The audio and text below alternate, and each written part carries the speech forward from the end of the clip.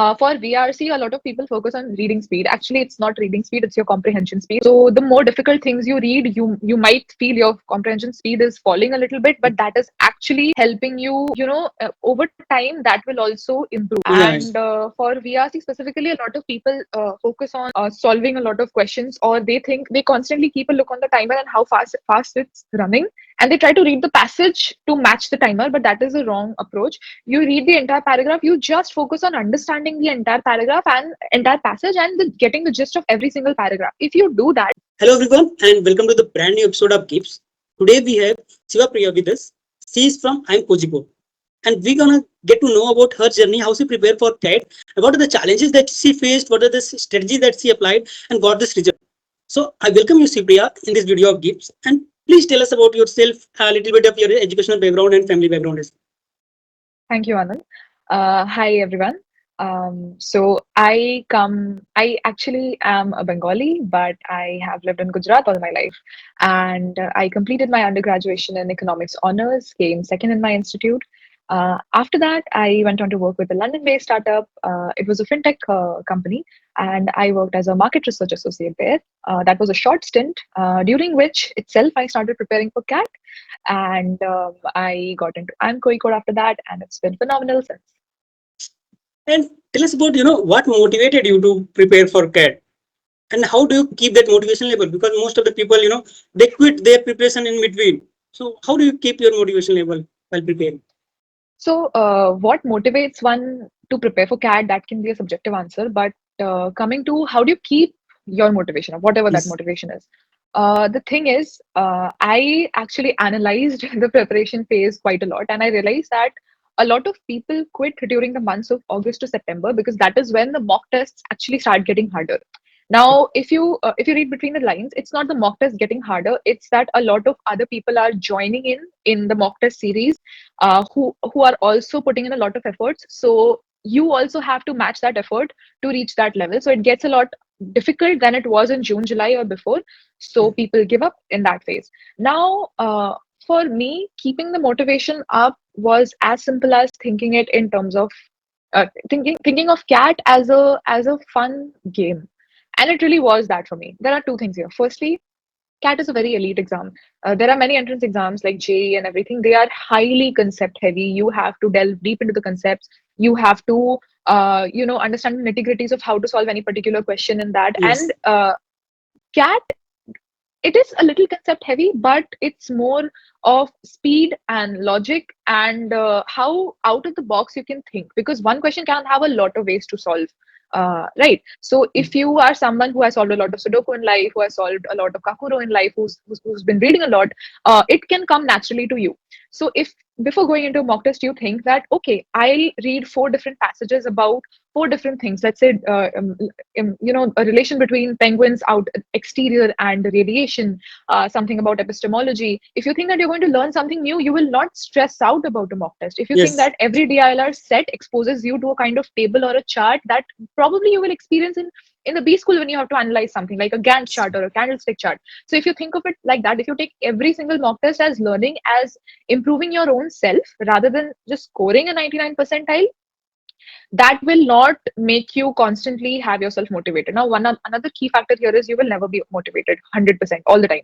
It's not possible. You have to Yes. learn to persevere even in times when you are scoring low marks, even in times when you have worked so hard but you're not getting marks, even in times when your interview preparation is not up to the point. So you won't be motivated always. You have to learn how to just go through the phases where you are demotivated. That's my take on it.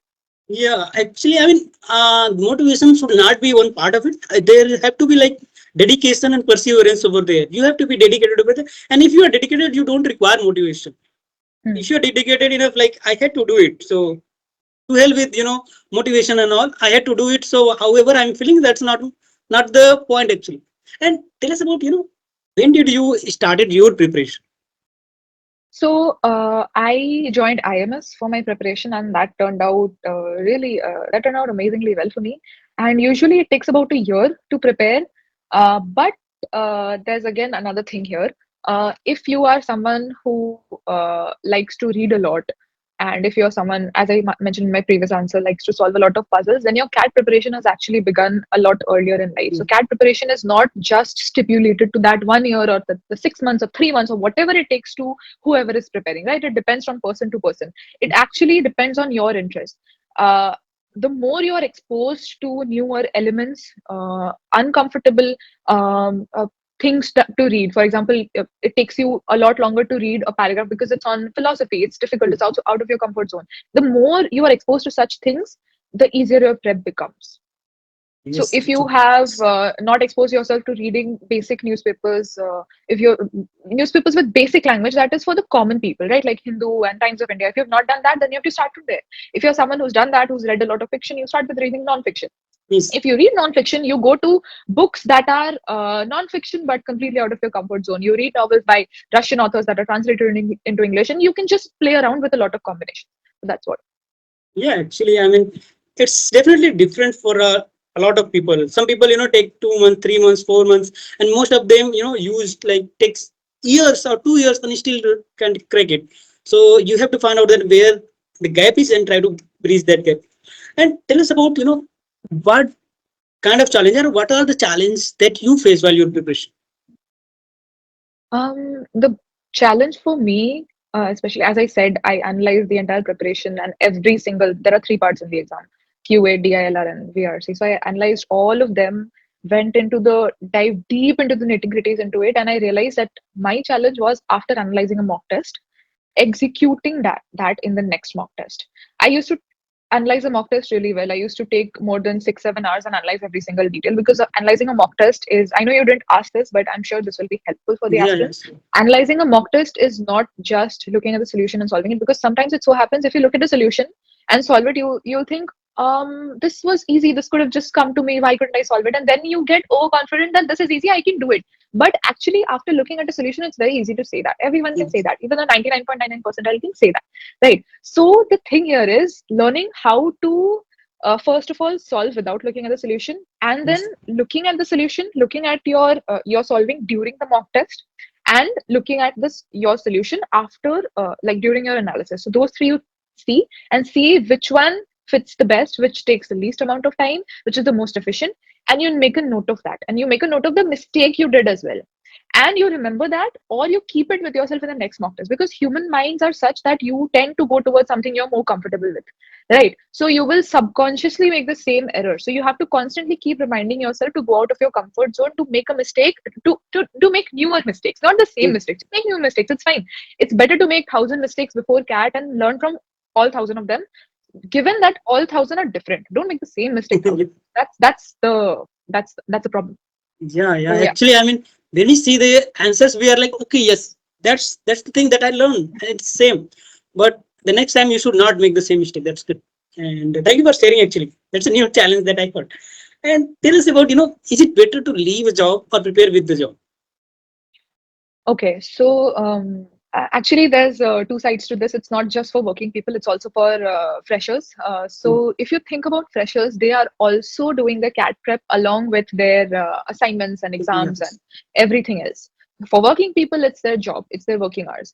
Now the thing is, it's an individual's call. Whatever you want to do, if you want to prioritize CAT, that's fine. However, in a B school environment, you will never be in a situation where you can only prioritize one thing. You cannot say that, hey, I have to get A plus in this subject, so this is something I'll do for 2 days or 3 days. You can't do that. You have to get A plus in that subject, as well as prioritize your placement work, your committee meetings, your sleep as well. So all of it you have to do together. So maybe preparing for CAT with work is preparing you for the B school environment and for the corporate life in general. Yes, actually. And tell us about what study material that you refer, and would you suggest some study material for the aspirant as well? So I was a student at IMS, Yes. and that turned out really well for me.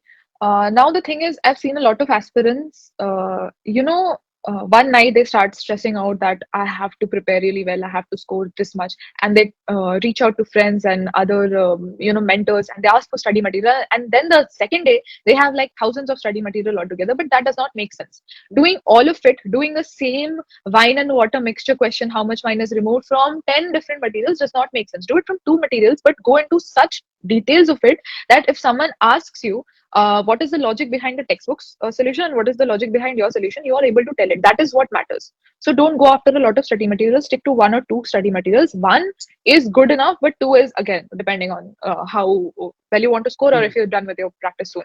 So that is what I'll Yes, actually, I suggest. mean, I heard the name of IMS so many times that if you want to prepare, many of the aspirant who came here, they always talk about take either they are from IMS or they have taken the mock of IMS. So IMS, I mean, that's the name that I'm hearing a lot. That's good. And tell us about It's a now. good coaching. Yeah, actually.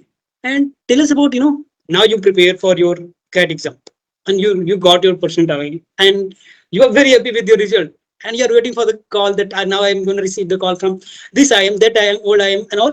So tell us about how did you prepare for your interview and how the IM Kozhikode interview was different than other interviews. Okay. Since I had WorkX in a domain that's a little different from where I completed my undergraduation in. So I had to prepare for both separately. And on top of that, I would say that it's not just about knowing what your WorkX was about. It's about, for people who have WorkX, it's about knowing the industry in general. It's about knowing about your role in very details and what contribution you made, how that made a bigger impact. It's also about knowing the challenges you faced in a team setup, challenges you faced in an individual setup, challenges you faced with prioritizing cat and work experience, challenges you faced with maybe working for the first time, or think every kind of challenges that does not just involve the work you did, but involves a lot of human interaction. Because at the end of the day, any corporate setup is a lot about how you interact with people and how good you are at doing the job yourself and doing the job in a team. So they want to know that, because even in a B school environment, you will have to work on team projects in all of the subjects. So they want to know how fit you are for that. First is that, so you have to get into the nitty gritties of that, have an example ready for every kind of situation. Secondly, for people who are freshers or even for people with workers who want to prepare for the undergrad, I would say whatever your undergraduation was in, you pick up one or two favorite subjects and do that. You study, you actually study that in detail, and so that because it can so happen that your panel is someone who has also had a degree in that field. Yeah, And then if you don't know enough about it, it does not implicate that well on you, right? So you have to know about it. You do that really well, and you bifurcate the subjects in priority. And even for the subjects that you're not preparing, you should know the basics. You should know why you studied that, and you should, as a manager, or as a potential manager, you should know why that subject is important, why it's taught, or if you can relate it with any current affair, that's golden. yeah, Okay. yeah. On top of that, I would say don't just stick to this. Keep reading. Read anything and everything under the sun. So the thing is, I used to read before CAT as well, but after, like during my preparation, I started reading Aeon essays, and I'm sure everyone has heard of Aeon essays. You read Aeon. I used to read Aeon essays, and it went to such a point where, let's say, some night I'm not able to sleep. I would just be scrolling through the essays, and it was not like preparation for me. It became more like leisure reading for me. And that has helped me a lot in not just my CAT VRC, but in general. If you are a generally aware person, it's nice talking to you. The interviewers will like you, and your chances of selection increase a lot. There's a lot of soft skills that increase your chances of selection, more than just knowing your undergraduation and your work experience. You have to be an interesting person. You have to be someone who can add a lot of value in a B school setup. Yes, actually. For VRC, a lot of people focus on reading speed. Actually, it's not reading speed; it's your comprehension speed. So the more difficult things you read, you might feel your comprehension speed is falling a little bit, but that is actually helping you. Over time, that will also improve. Yeah, And for VRC specifically, a lot of people focus on solving a lot of questions, or they think they constantly keep a look on the timer and how fast it's running, and they try to read the passage to match the timer, but that is a wrong approach. You read the entire paragraph, you just focus on understanding the entire paragraph and entire passage and getting the gist of every single paragraph. If you do that, for questions that are not factual in nature, you will not even have to come back to the paragraph. You can sail through the questions really easily. So focus on understanding the passage. If you understand it in 4 minutes, uh, like it can be lesser than 4 minutes. On an average, it's around 3.6 minutes for people with a good comprehension speed. But if it's 4 minutes or above, whatever your time is, just focus on comprehension and go to the questions. It won't take you more than a minute and a half or to 2 minutes for the questions maximum. Yes. Yes, actually, it's all about your comprehension skills. Actually, how fast you are reading, if you are not comprehending that what is going on over there, it's of no use if you are coming back to the same question. So that's very good advice. Actually, thank you for sharing that. And now you are in, I'm Kozhikode, and congratulations to you. Thank you. Tell us about, your I'm Kozhikode experience and divide it into two parts. The first 4 months and the next 5 months, because there is a difference in, experience. There's a big difference. So the thing is, the first within the first 3.5 months, we got done with our summer internship placement process.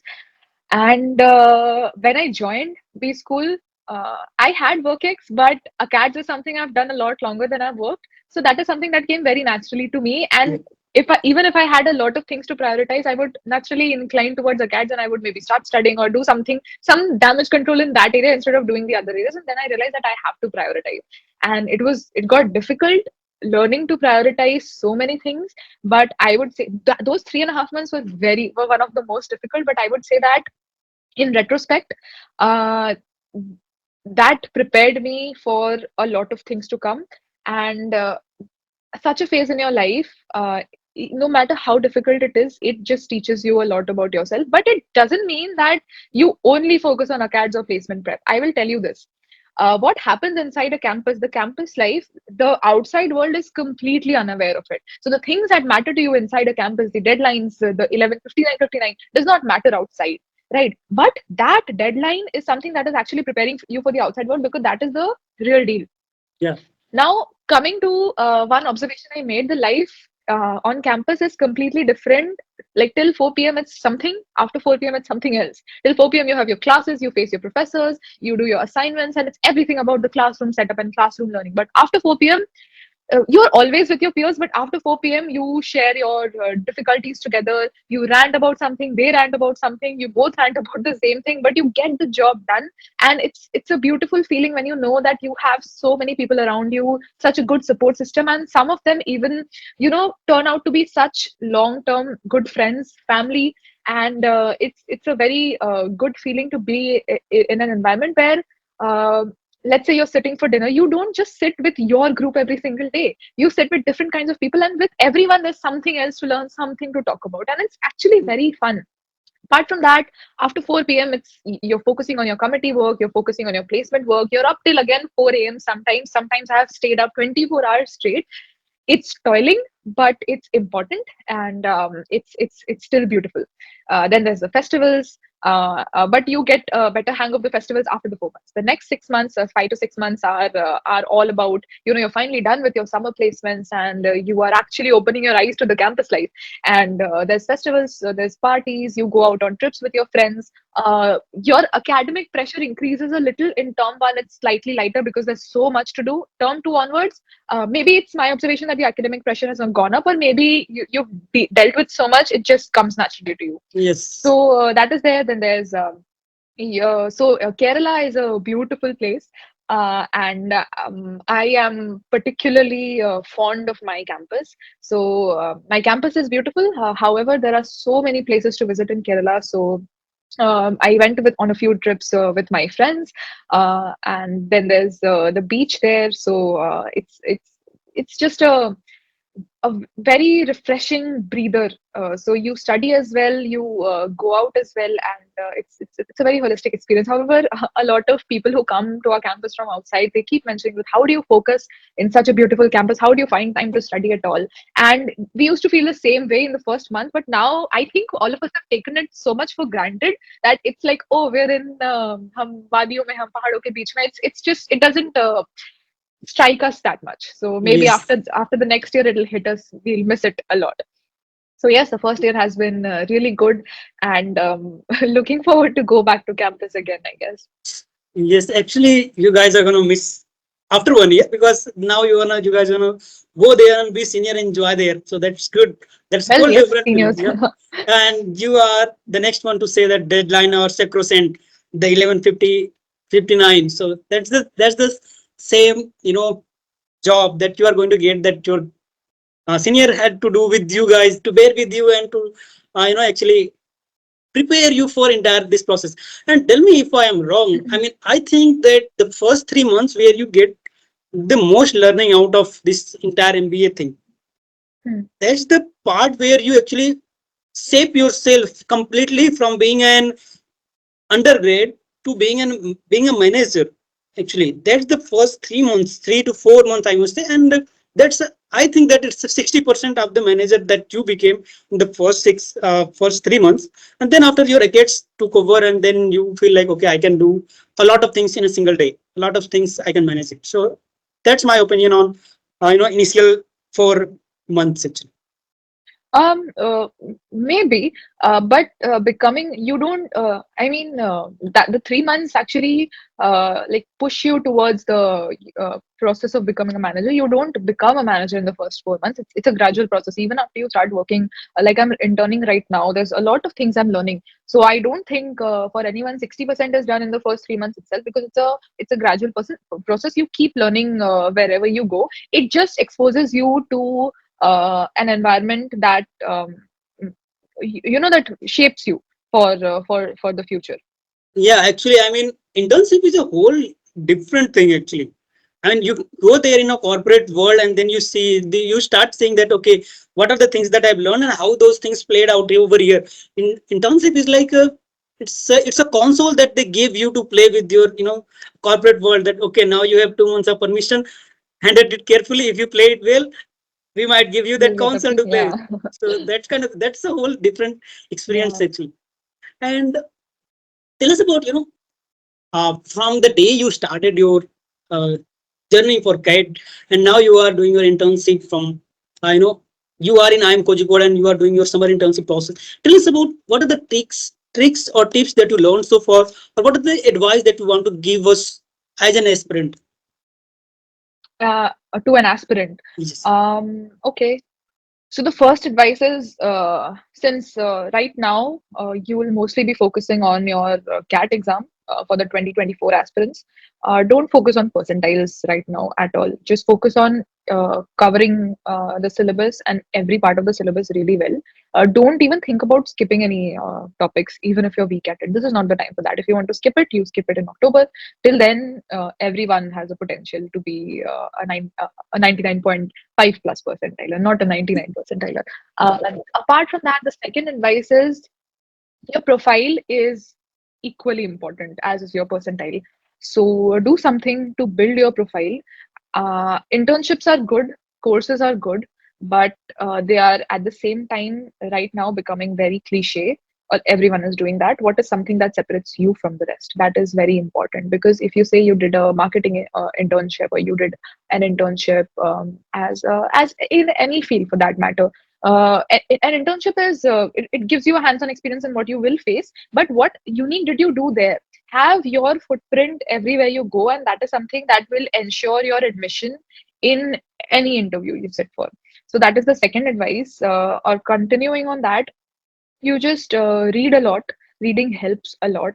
You should be aware about your surroundings, and by surroundings I don't just mean India. Everywhere, the election process, what's happening on the other geopolitical front, what's happening in the economy in general, what's happening. You just pick any country that you're fond of and go to some exotic topic like their cuisine, or places to travel, so that they can interviewers can ask you things that you're not expecting, and if you give an answer that they are not expecting, Yes. that ensures you get in. Otherwise, the chances are bleak. The third advice is um, for well, don't uh, keep that the fantasy of getting into a B school alive as much as you can. Don't let that die, because that somehow sails you through. Even if you're, if you sometimes don't get a good mock score, just go to a YouTube video, go on a I'm ABC, LKI, whatever, Excel, what any B school you're targeting to go to. Look at a tour of that, and you will know. And one good advice is, if you can, and any B school is near your hometown, just visit. It actually helps a lot when you see something, your dream, in 3D version. You'll know that, okay, this is something I really want to do. So that is the third thing. And fourth thing, don't stress out at all. If it doesn't happen this year, it'll happen next year. If one exam doesn't happen, another exam will happen. At the end of the day, no matter what undergrad college you went to, no matter if you have a 999 profile or a 998 profile or a 777 profile, no matter how many months of work you have a chance to turn things around at every single point. It's completely up to you. No matter even if you're a non-engineer and you're not good at math, you just put in extra efforts. Anything can be done, really. Because I'm a non-engineer, I had a lot of math exposure in my undergrad as well as my 11th and 12th. But it's not the hardest thing in life to do. You just have to put in a lot of effort, and just focus on the highest percentile that you can. That will not just help you get that percentile, but it will help you push your limits. And there's nothing in life that will um, make you understand more about yourself than when you push your limits and you see how you're performing there. It teaches you a lot about yourself. And all the best to all the aspirants. This is a very fun journey. You'll actually miss this, but you'll also forget after you enter the B school, you forget that all of you appeared for CAT and then you came here, because there will be so many things to worry about. So this is one of the easier phases in life. So all the best to everyone watching this video. Thank you, Shivapriya, for sharing that. Actually, I mean, that's a great advice for anybody to preparing for any entrance exam.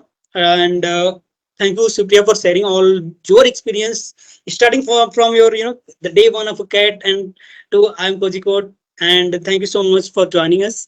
And if you guys have any questions, feel free to drop those questions in a comment. If you like this video, do share it with all your friends. And see you guys in the next video. तब तक के लिए bye bye, जय हिंद।